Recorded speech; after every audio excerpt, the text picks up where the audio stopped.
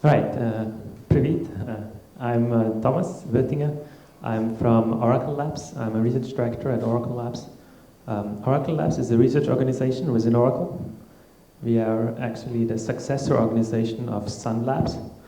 And Sun Labs is the organization at Sun Microsystems that was responsible for the invention of Java.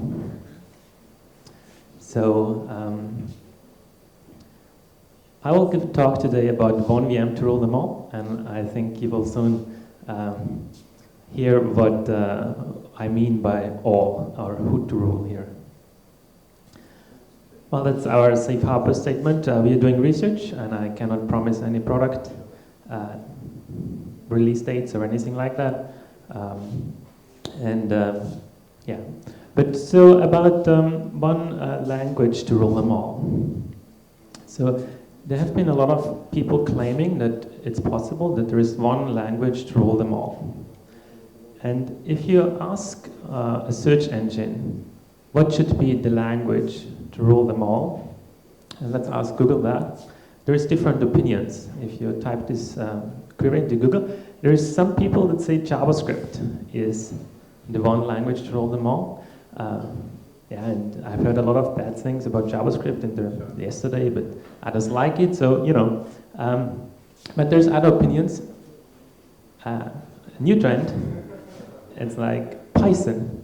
Python is this one language to rule them all. Python actually at the moment is increasing popularity, but still not ruling all, I think. And we from Oracle, of course, we think Java. And I think here at the conference, the theme is that Java should be the language to rule them all. And one of our competitors thinks, of course, Dart should be the language to rule them all. Yeah, there has also been a talk about that. Right, what do we do if we cannot resolve a question with a search engine? The first thing we do is we go to Stack Overflow. So let's see what Stack Overflow says on that. And there is already a question posted on Stack Overflow, which goes a little bit in that direction. Why can't there be an ultimate programming language? And yeah, I mean, if you scroll to that page, we will unfortunately find out that, well, this question was closed as not constructive. So yeah, even Stack Overflow cannot give us an answer about this one language, this just one language that will manage all programming tasks. So the conclusion kind of has to be that, well, we need more than one language. We need different languages for different tasks. And this is also our opinion at Oracle Labs that, well, also we think, of course, Java is very important. We also think other languages are important as well. And therefore, we create at the moment a virtual machine that is able to execute a variety of languages, including Java. And one of the main issues actually with languages other than Java or C is that there is a big difference in execution speed between those languages. And I have here a slide that shows different languages when executing tasks from the language benchmark shootout game. So these language shootout benchmarks, they are smaller benchmarks, so they might not be representative for whatever you call the real world, but they're still interesting and they are programmed in a lot of different languages, so you can really compare different languages for one programming task. And what we see is that, well, Java is pretty fast, close to C, for this task, and but then the scripting languages, they're a little bit off. They're like about 10x slower usually, with the exception of JavaScript, because there's been a lot of industry investment in JavaScript. And finally, there's this language on the very right, which is R. It's a vector-based language. Who of you has programmed in R? Excellent. That's good. R is at the moment rising also in popularity due to the machine learning types of algorithms that very often are programmed in R. And to be fair, like R is made for vector operations, whereas these benchmarks are made for scalar operations. So it's not exactly the type of work you would use R for, but still it's remarkable that R is about 500x slower than C. The language before R is Smalltalk. Yeah, we are like, that's another thing about Sun Labs, of courses, that there was Dave Unger at Sun Labs at some point, and a lot of what we do in terms of research, also a lot of the implementations in the hotspot VM come from research that has been previously done on Smalltalk or self systems. The main thing is actually de-optimization. We will later use that in the talk, because we also use this technique. So, but our goal is kind of, well, you shouldn't have these speed gaps between the languages, because that's really a more like, I think VM implementers should be clever enough to get all of the languages into the same range. Maybe 2x lower than C, but not more. Yeah, that's our goal. And in addition, we want to execute all of the languages in one virtual machine, right? And some people might say, well, you can execute almost any language on the JVM or on the CLR, on the Microsoft CLR. But well, if you start to look at what languages you can actually execute there in a high performance, you will find that, well, you can execute any language as long as it looks a little bit like Java or C#. And the closer in terms of type system and object model a language is to Java or C#, the better it will perform on the JVM. And this is why, for example, Scala is performing very well on the JVM, because its object model or its type system is almost identical with Java. Whereas other languages, for example, Python or Ruby, they are not executing at the same speed as Java, because the object model is a lot more complex. So what do we do about it? We have a new approach to create a virtual machine. This is the traditional approach. You have, when you run a Java program, you have 3 different layers. You have somewhere the Java application programmer, who is just typing in Java code and running a Java command. Then you have somewhere the VM expert, who is creating the compiler and garbage collector for the VM. And somewhere you have the OS expert, because the VM is running on the operating system. And this is a 3-layer approach. In our approach, we introduce one more layer here.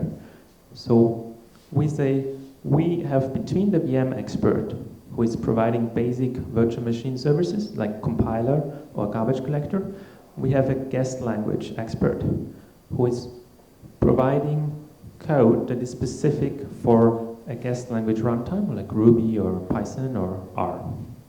And I will explain what I mean by what type of code to create at this level.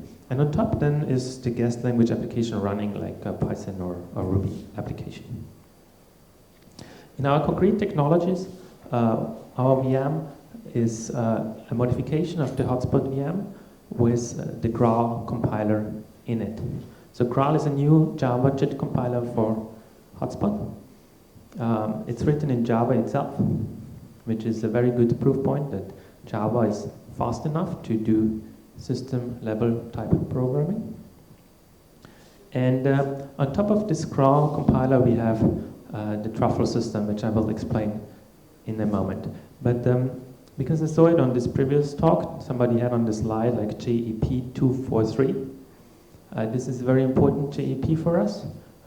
It's the JEP that is bringing this Java level compiler interface into standard JDK. It's currently integrated into JDK 9, and some experimental versions of this is already in the early access builds of JDK 9 since 1 week. But the main thing about JEP 243 is that it will allow a compiler written in Java to plug into the VM. And one such compiler will be the Graal compiler. But yeah, I will not talk about the Graal compiler a lot in this talk, because that's a separate talk. But if anybody is interested, I can give you some insights as how the Graal compiler would do a better job in optimizing Java applications or JVM-based applications. Yeah, for us, the guest languages that we're currently prototyping is JavaScript, Ruby, R, and C. I will later talk about why C will be interesting to have as a managed language on this system. So the core idea behind this truffle framework that we put on top of the JVM, it's based on the nature of how dynamic languages implement their operations. The main difference between a dynamic language and a static language is that in a dynamic language, it depends very much on the types of the operands, what the semantics of the operation will be.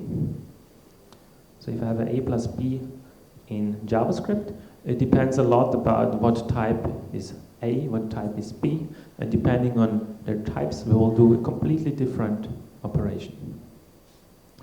If we code this in a normal way, we will end up with something like this. Like this is pseudocode, and we're checking A, whether A is an integer, B is an integer, then we do an integer plus. If A is a string, B is a string, we do a string plus, and otherwise we do something more complex. In JavaScript, it can also mean that we would call a function on the object to ask it for its numeric value. What we see in this pattern is that also for one particular operation, all of these things are possible. For one particular place in your JavaScript program, it's very likely that only one of these cases is actually executed. For one particular line in your JavaScript program, it's very likely that you will only use the int case, that you will only use the string case, or only some other case.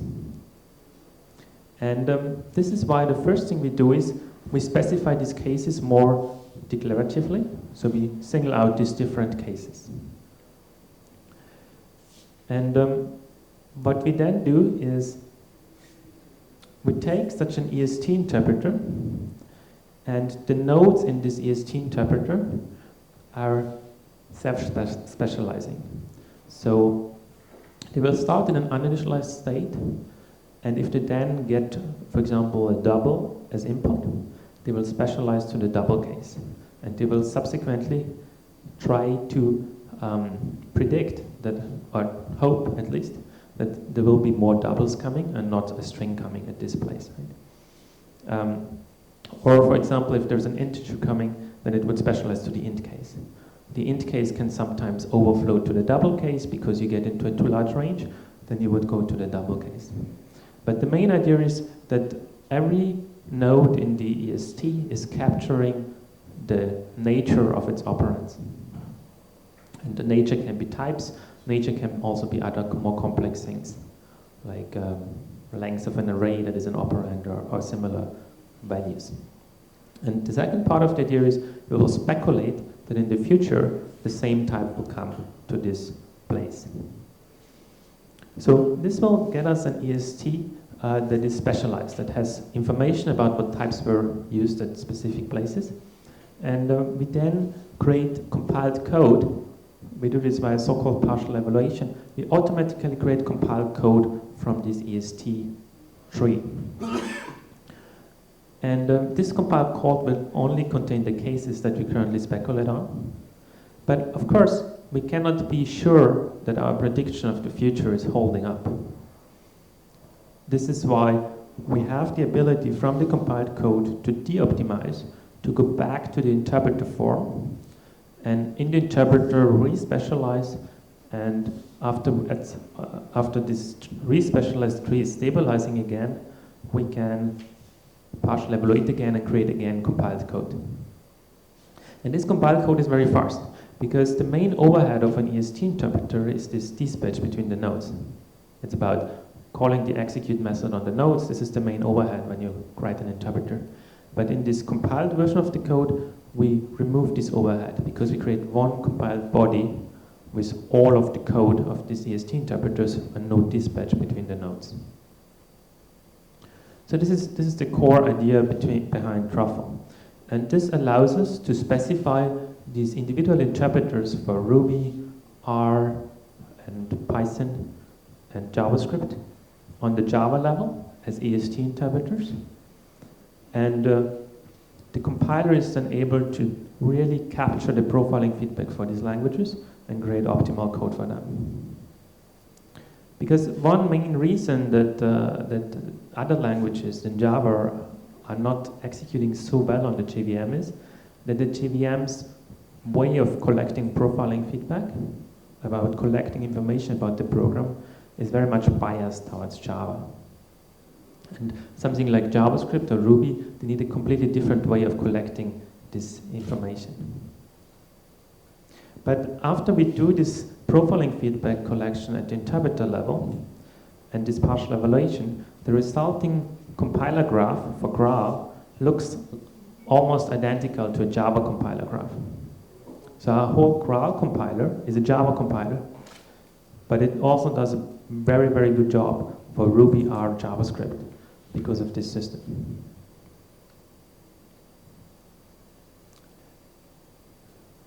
So one of the things that is problematic in general, also on Hotspot, about gathering profiling feedback is context sensitivity.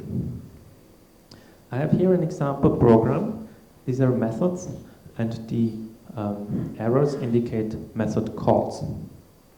And we assume that we were good programmers and we were creating a helper method here that is used from multiple places in the program. Unfortunately, because we were such good programmers, we will potentially suffer performance problems, because the profiling feedback for this method will contain the usage of this method from all call sites. So if from this call site I'm always calling this with an int value, and from this call site always with a string value, at this place we will have all combined profiles. And this is the point in time when for Java applications, copy-pasting code will speed up your program. Yeah, so in case somebody complains that you copy-pasted some code, you can tell him like, that's the expert mode. No, but yeah, I'm not advocating for copy-pasting code, but in specific instances, that can actually be the case. We already have the inlining operations that can solve such kind of problems. You have inlining operations. Yes, we will be able to inline this method here, but the profiling of the method, the profiling that Hotspot uses to optimize the method, will be only once. So if you have, the typical example is you have a lambda and you give it to a collections utility function, and this has a loop over the collection and then calls the lambda. Then this call will be polymorphic. So there will be a lot of different lambdas that are called at this point, and this gives a very bad performance. Whereas if I can have the profiling like one level further out, at the point when I'm calling this utility collection function, then it will be monomorphic, and I will be able to inline. So this is why context-sensitive profiling is important, in particular for lambda and functional type code. Right? In the main hall, there is currently this talk about Stream API, and Stream API is actually one of these items that profit most from context-specific profiling. It's also something that we are optimizing a lot with Graal, so such that we can get a speed up of larger factors, like factors 6 to 10 for Stream API code.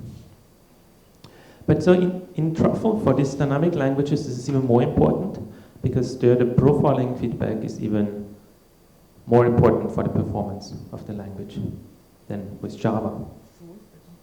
And so what we do is that we do not do inlining, but we do splitting of the EST. So we copy the code before we inline. And then we have a different profile for one EST than another profile for the other EST. Also, it's the same method. So we split this. It's a very complex heuristic because, of course, we're trading here speed versus footprint. So speed versus size of the code, right? So you don't want to split all the time because you will explode. But you want to split at very specific places. Yeah, that's in general something that's sort of fundamental issue in these types of languages and compiler construction problems. One fundamental issue is that you have really three things that you want to achieve.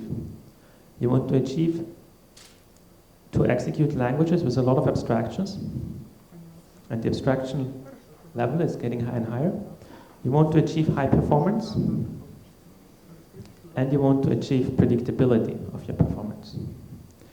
And unfortunately, you can only get 2 out of the 3. You're always trading in a way that you can get 2 out of the 3. I can get you high performance for a lot of abstractions, but I will not be able to get you the predictability. I can get you high abstractions and predictability, but then you cannot get the high performance. Right? You need to go with the low performance. Or I can give you high performance and high predictability, but only when I don't give you any abstractions. When you like program in C, and I don't give you anything more convenient to program with, right? And this is a fundamental issue in all of the systems, also this system. One of the things we try to mitigate this effect a little bit to give the programmers more feedback. So you don't have predictability, but at least after the fact you know what's going on. At the moment, it's like if you get a performance problem in Java, you need a cheat compiler expert to find out what's going on, because whether an allocation is actually an allocation in Java, for example, or whether it's escape analyzed, is something that it's very hard to tell, and there's really no very good user-based feedback. This is one area where we are that we are working on. Yeah, so we are using here Graal. This is again just an architectural overview. We're using Graal as a Java compiler. Java and Scala, for example, all JVM-based languages can be compiled with Graal, right? But then for dynamic languages, we have this truffle system, this EST rewriting system, where we have JavaScript, Ruby, R. These are the languages we're currently developing mostly in-house. We also have Python as a university project, and then some more speculative types of projects. One is not so speculative, which is the last one. You can also use this system to optimize queries for graph databases or queries for relational databases. Because there again, you have like a query interpreter that you can potentially partially evaluate and create a better performance. Yeah, I was talking a lot about performance. I have a couple of graphs. They're a little bit old, but yeah, just to show you, this is our Java performance at the moment of Graal with a server compiler. We're in the same ballpark, approximately. We're a little bit better for Scala code, but yeah, we are getting there, that we are a serious, also from a performance perspective, a serious alternative to the server compiler. And you can expect more from us on this front over the next years. The other thing is JavaScript. So the same virtual machine, the same compiler, is not only competitive on Java, it's also competitive on JavaScript. So this is a version of V8, this is a version of GraalJS, a recent version of V8. And we are executing here the V8 Octane benchmarks. These are the benchmarks that Google published, so it's not our benchmarks. It's always good if you can compete with your on the benchmarks of your competitor. And this is showing peak performance on the various items on the Octane benchmark. On some we are a little bit better, and some we are a little bit worse. But the main thing is that also we have this type of abstractions in place with Truffle and Graal. We are able to run JavaScript on the JVM same speed as V8 does on a specialized system.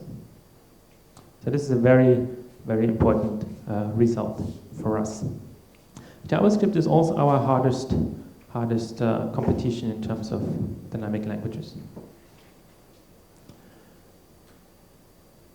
Right, this is again the same compiler on the JVM running C code. Now versus GCC, using a similar approach. We also use an interpreter for C code that we partially evaluate. This is peak performance again. Yeah, the gray bar, the big gray bar is GCC best out of all optimization levels. Yeah, the other gray bar is GCC 0, so no optimizations as the baseline. And yeah, we are again in the ballpark. Some performance, we still have some performance problems for recursive function. And yeah, but these are fairly mathematical types of benchmarks. But we think that on the long run, we will also be able to compete with GCC on larger C programs. So, and this will enable you to dynamically load and compile and execute C code on a virtual machine that also executes Java and also executes JavaScript. Why is C so important for us? One thing is all of these languages have a C interface, unfortunately. And yeah, unfortunately, because the C interface often is not very well documented and not very easy to replicate. And again, Stack Overflow, it gives good hints. You can ask the question, why shouldn't I use PyPy, which is this fast Python implementation over CPython, if PyPy is 6.3 times faster? Right? I mean, it's questionable to say like, well, this is 6.3 times faster because it means like on what, right? But anyway, PyPy is in general faster on peak performance. But the reason why people don't like it is because PyPy has 10 years support for C extensions. And there is still a lot of legacy Python modules, or also newer Python modules, that just use the C extensions. So our approach to that is to also execute C in the system and to allow cross-language inlining. So what we can do is we can inline one language, the ESD of one language, into the ESD of another language. So you have a zero overhead between language boundaries. And this includes not only C with JavaScript, Java, Ruby, but all combinations. Our approach to language interpretability goes a little bit further. Because we have language interpretability where we do not change the object when the object passes from one language boundary to the other language boundary, but we let the object flow to the other language. So here I have a C struct, and I'm creating this C struct here, and then I'm calling a function that's a JavaScript function. And at this point in time, when I call this function, I give just a raw C pointer to JavaScript. But then, when I'm accessing this C pointer on the JavaScript side, I will do a C-type access to this data structure. This will allow to mix and match languages without worrying about conversion costs. And interesting in the context, for example, is also things like having an R program. There's an R vector, vector is big, and then you want to iterate over it with Java, for example. At this point in time, you don't want to copy the vector. You don't want to copy the vector into an int array. That's not an option. So this is the point in time where we allow the vector to flow into the other language, and only when you actually access an element, when you actually do an operation on a value, then there will be a conversion.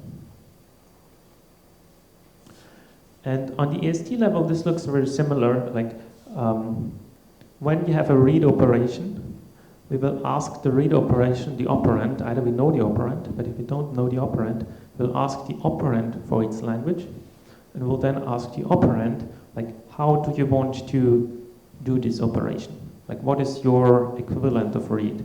And the operand carries around the information about how to do the access. This allows a strict decoupling of like the way the data is stored and the way the data is accessed. When you do, for example, an int array access in Java, the JVM has a very fixed notion of how to do this access. It will get the index, it will add the object header of 12 bytes, and then it will multiply the index by the element size, and then it will do a raw memory access. There is no abstraction between the way there is an access and the way the data is stored.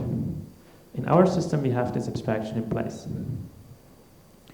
And this is also an idea that this is like definitely comes from a world of self or small talk, where objects have more a notion of something that you can ask a message. Like you will send the object a message, the object sends it back. And also I'm talking here about message sending and so on and so forth, and this sounds all very slow. It's not, because we are able to optimize this 100%. So there is absolutely no overhead of accessing this. In the peak performance, there's an overhead of setting the access up. When you give your first object at this point, then there is an overhead. But on the peak performance, there's almost no overhead. Yeah, and programmers want to write programs in multiple languages because they can use the most suitable language for the problem. Currently, there are some approaches to multilingualism, but mostly it's pairwise efforts, and we allow arbitrary compositions. A reason to write programs in various languages is if you migrate existing project. You have a big project written in a language, but you have some, let's say, some language, and you want to add a new language. Then it's really hard to do that if you cannot have a seamless integration. And here you can do this without any boilerplate code. And in other approaches, language borders often introduce performance barriers, but we can avoid those performance barriers completely.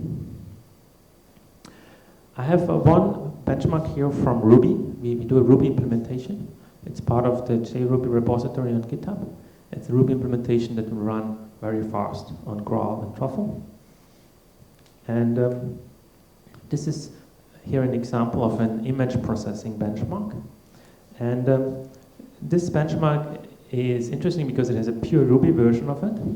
And on the pure Ruby version, we are like about 8x faster than CRuby, which is not, it's not very hard because CRuby is interpretation only.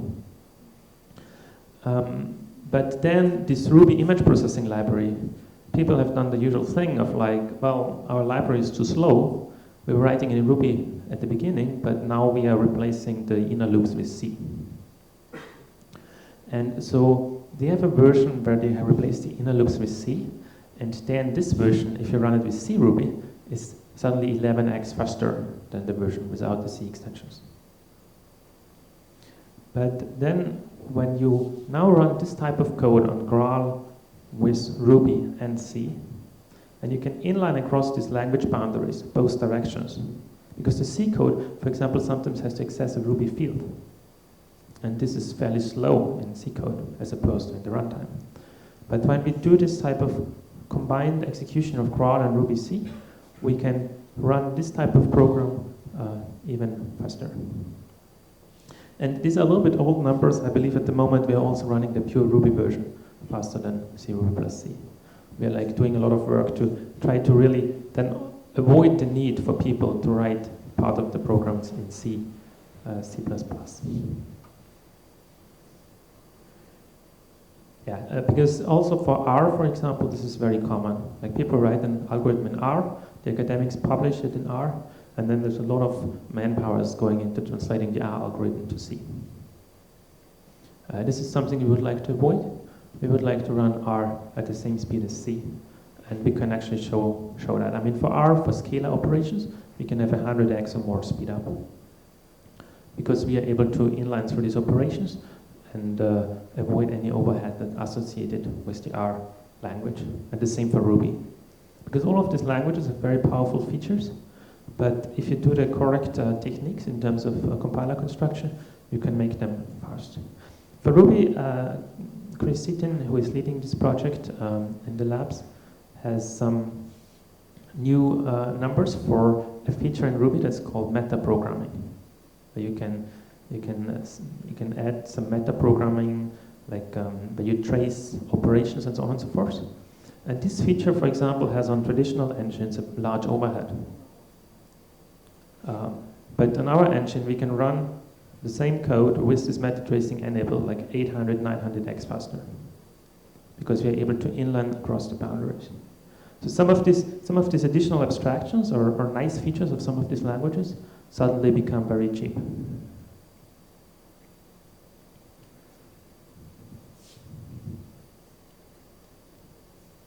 So there are large teams at Oracle Labs that are involved in this project, and also at various universities in Austria and US and Germany, because it's a very large project with various sub-projects of R, Ruby, and Python, for example.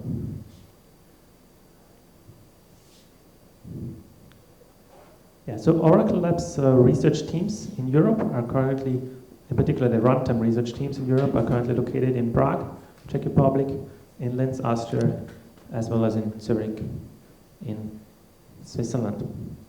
So we are actually looking for people who are interested to join Oracle Labs or to join also this project.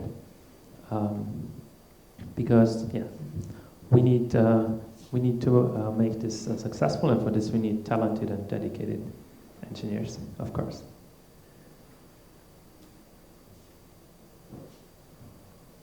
Yeah, we're actually also open to work with people in Ukraine, if that is an option. So, at the moment, this is a couple of links for this project. We have a GraalVM binary that has very experimental versions for Java, JavaScript, Ruby, and R in it. This is all really experimental, so it's, at the moment we are not advertising this very broadly, because we know if you're going to run this on your bigger application, it might fail or crash or have an exception. But still, in particular, the Java version of this should already work fairly well. Then we have an OpenJDK project for Graal and the Truffle APIs. There you can look at the source code of Graal and Truffle as well. We have an open source project for R. It's called FastR on Bitbucket. And we also have an open source project for Ruby on GitHub. There you can, this is part of the JRuby repository at the moment. And there's also a Python open source project, but this is so far an academic effort.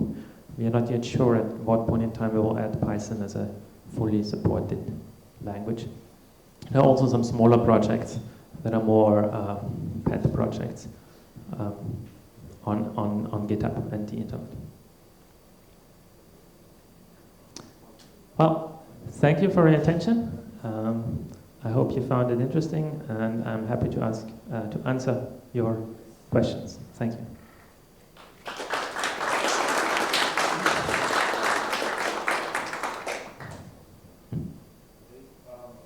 I'm wondering about C code compiled into virtual machine bytecode. Does it mean that somehow we can make it manageable and garbage collected, so we can avoid a lot of problems with memory management in C? Or you just use the same techniques as C compiler? Yes, so the question is whether the data structures of the Truffle C is managed and garbage collected or not. We have both modes.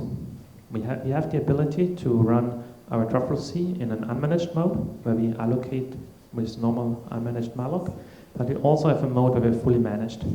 The fully managed mode has the advantage that it's secure, and it cannot have memory leak.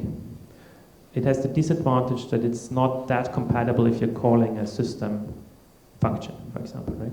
Because if you're calling a system or operating system function, then we cannot give this operating system function a managed Java object.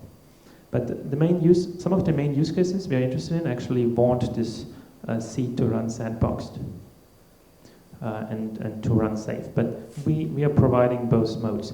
And regarding the C stuff, we will, in the next couple of weeks, release a project on GitHub that's called Sulong. It's Chinese for fast dragon, and it's going to be an LLVM-based, Truffle-based system. Because we found that the C-based system is not good enough for us. We want other languages as well, C++, Fortran, because R has a lot of Fortran code associated with it. And therefore we are creating a new project that's called LLVM, Truffle LLVM Sulong. Could you please provide more information about the linking between LLVM and JVM? So LLVM produces LLVM bitcode, and we are interpreting this bitcode and compiling it. So we use LLVM as the front end. And this will allow us to add then all LLVM-based languages to the Truffle languages. That's at least the idea. You just LLVM intermediate representation, you just compile it with Truffle? Yes.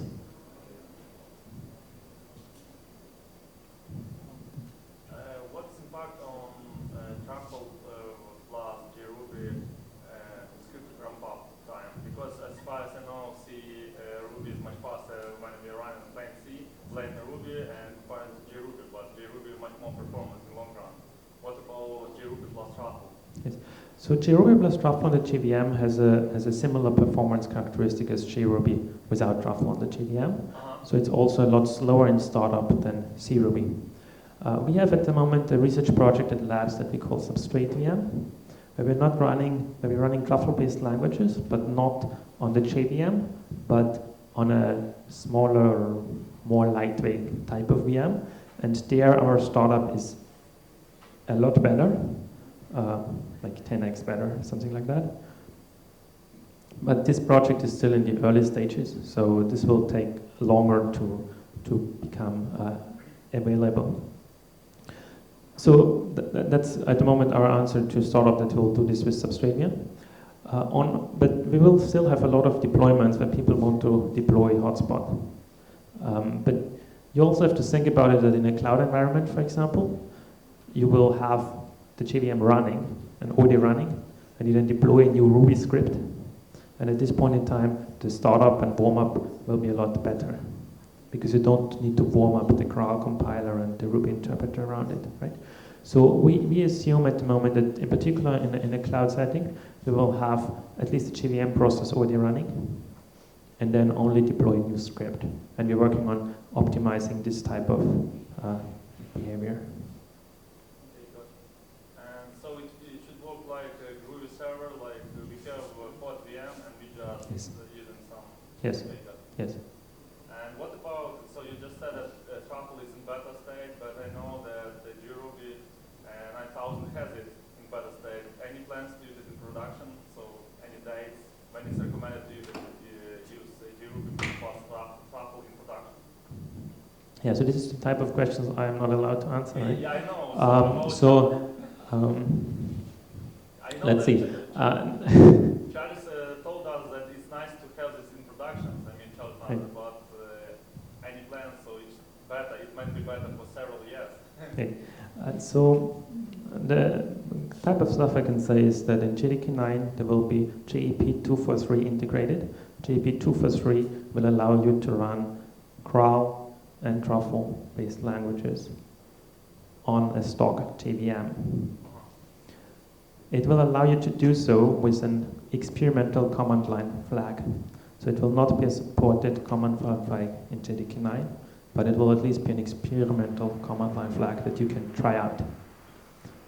At what point in time and in what timelines and systems we will then at a later point in time move this experimental command line flag to a non-experimental one, it's something I absolutely cannot comment on because it's, I also don't know, right?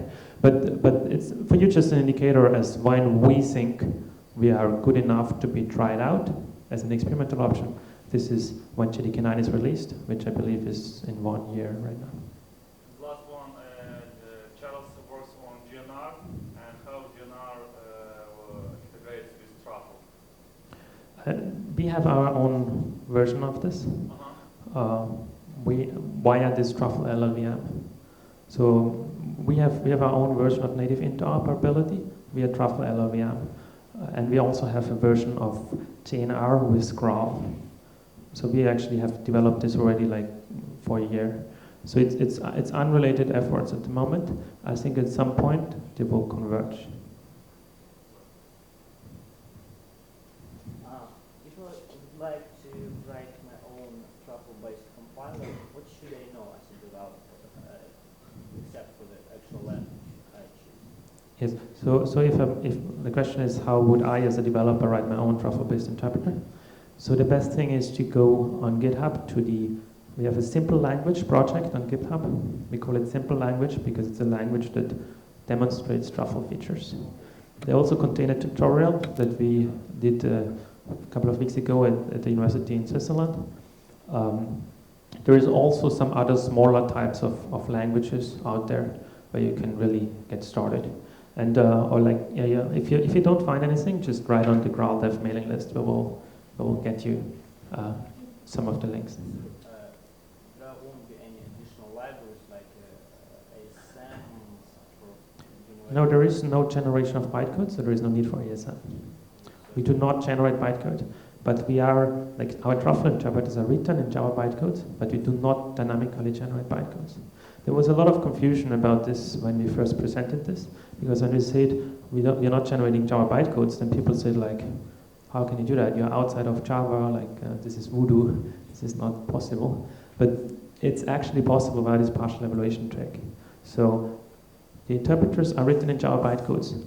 To hotspot, it looks like a normal Java program. We have no major modification of the runtime or garbage collector or interpreter. But we are not dynamically generating bytecodes, which has a lot of advantages. Because you have less metaspace usage, you have a faster startup. Yeah. Last question. Why you choose R as a language type? So why did we choose R? So R is from Oracle's perspective, a very important language. Because R is a major language in data science. And Oracle is, I think, it has a product called Oracle Database. So, yeah. So therefore, like the main reason on R is really for us, we are very interested in this data science space, and R is very big there. I can recommend R for you to try out. It's a very interesting language. It's very challenging to implement because they have for a very long time only had an interpreter. And if a language for a long time only has an interpreter, it gets all sorts of weird features. Because in an interpreter, they're easy to implement. In an optimized system, then they're very hard. But for us, R is the biggest challenge. So if I say the challenge is like JavaScript is easy. It's easy semantics, no problems, right? People always say JavaScript is complex. JavaScript is easy, and JavaScript is a small core library, which is very nice. Ruby is a little bit harder, has a larger core library and more complex language features. And R is like, yeah, another level.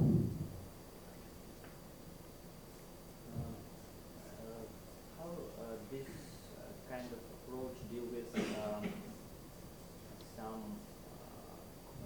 libraries, standard language you should, if they are written not in the actual language but in C or other kind of language, you should rewrite it to support it.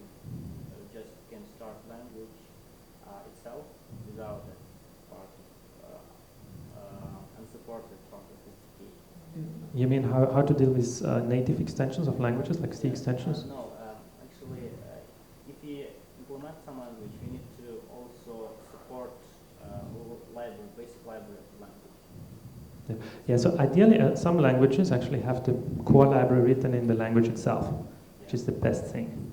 Because this is for a language implementer, just perfect. If there's a lot of parts of the core library not written in the language itself, then it becomes a problem. Then you can either go via C extensions, try to call out to the C code somehow natively, or you can try to replicate in the language. For Ruby, we are, for example, using code from the Rubinius project. Rubinius project is writing the Ruby library in Ruby itself. So we reuse a lot of code from that open source project. All right, if there's no more questions, I will anyway be around today, so if you want to know more details, I'm happy to chat. Thanks so much for your attention. I'm happy to have been here, and yeah, thank you.